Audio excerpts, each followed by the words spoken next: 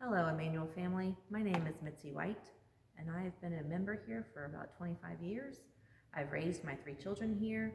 My parents have joined us about 6 or 7 years ago, Joy and Webster Mon.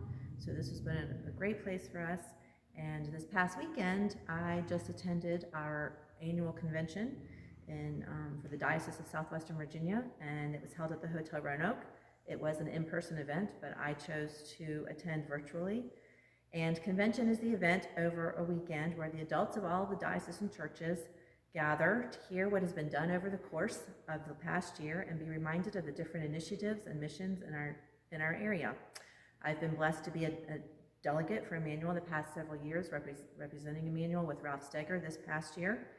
And while we're having our adult convention, the teenagers are also having an event over the weekend, and my children and several other former PAX members have participated in that as well. There are many aspects of the weekend. The first one is the fellowship that you get to have with the other Episcopalians. You get to hear and see that during the year, and you get to see them in person and have meals and things like that with them.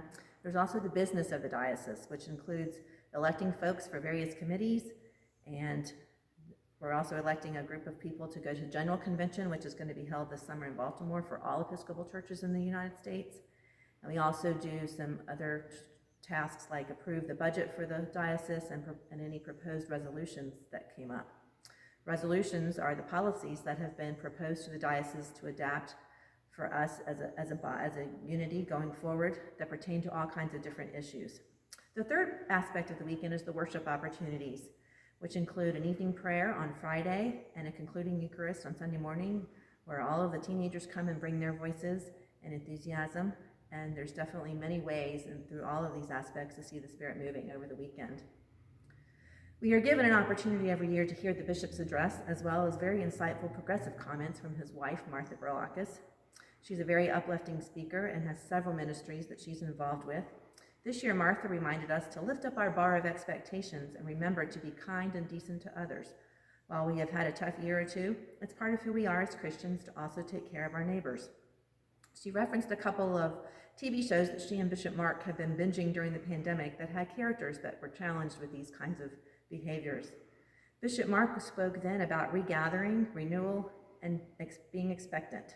These 3 tenets showcase what the diocese has been doing, where we are going, and what we can do going forward.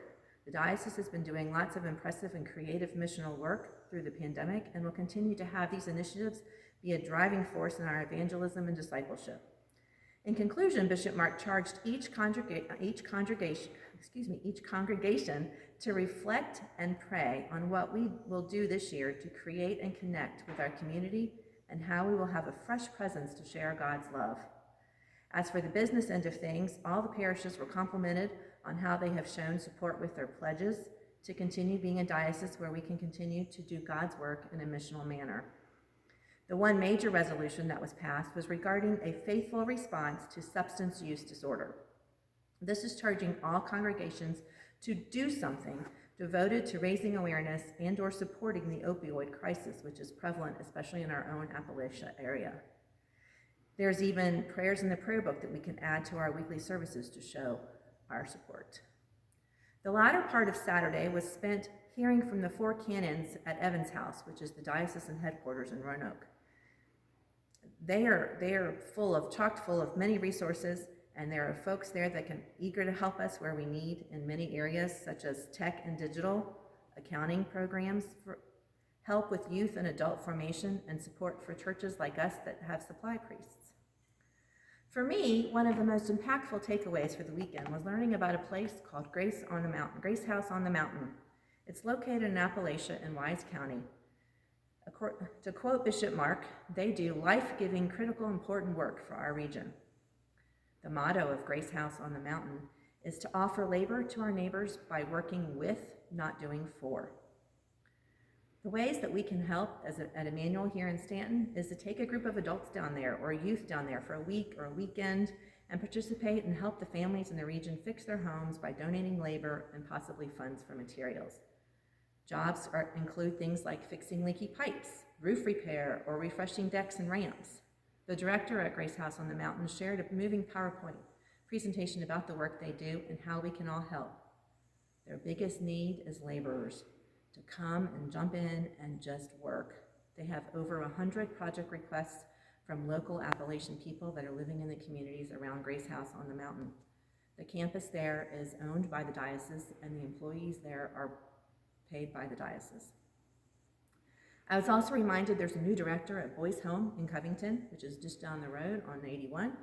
He and his wife were introduced, and Boys Home has been very able to stay viable during the pandemic and active and engaging.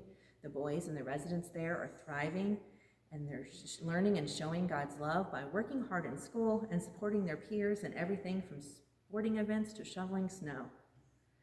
We also in the diocese have a very involved guiding team helping us become beloved community. They are a fantastic resource to help each congregation find and chart their path of how to act on the words of the baptismal covenant where we are called to reconcile with God and each other. The concluding Eucharist, as always, was moving and inspirational, and to see, sing, and worship with many other Episcopalians who know and love the liturgy as much as I do is very reassuring and reminds me why I love being part of the Episcopal Church, even if I was watching on YouTube this year. So I guess the big takeaway for us, or a couple of takeaways, is to reflect on how we and Emmanuel can connect with each other in our community and share God's love while making sure we are continuing to help, support, and not judge one another. We've been directly charged with raising awareness for people suffering from a substance disorder, refreshing our connections with our community, and persuade and invite folks to come and see what we do at our church. We are encouraged to consider visiting Grace House on the mountain to help and support the folks in that region by working side by side. The possibilities are many. How will we at Emmanuel help to continue to share God's love? I'm standing next to our Emmanuel banner, and this was made several years ago, and we take a banner down with us to convention every year. Unfortunately, we didn't take it this year, but it's been there many times in the past. Thank you, and have a wonderful week.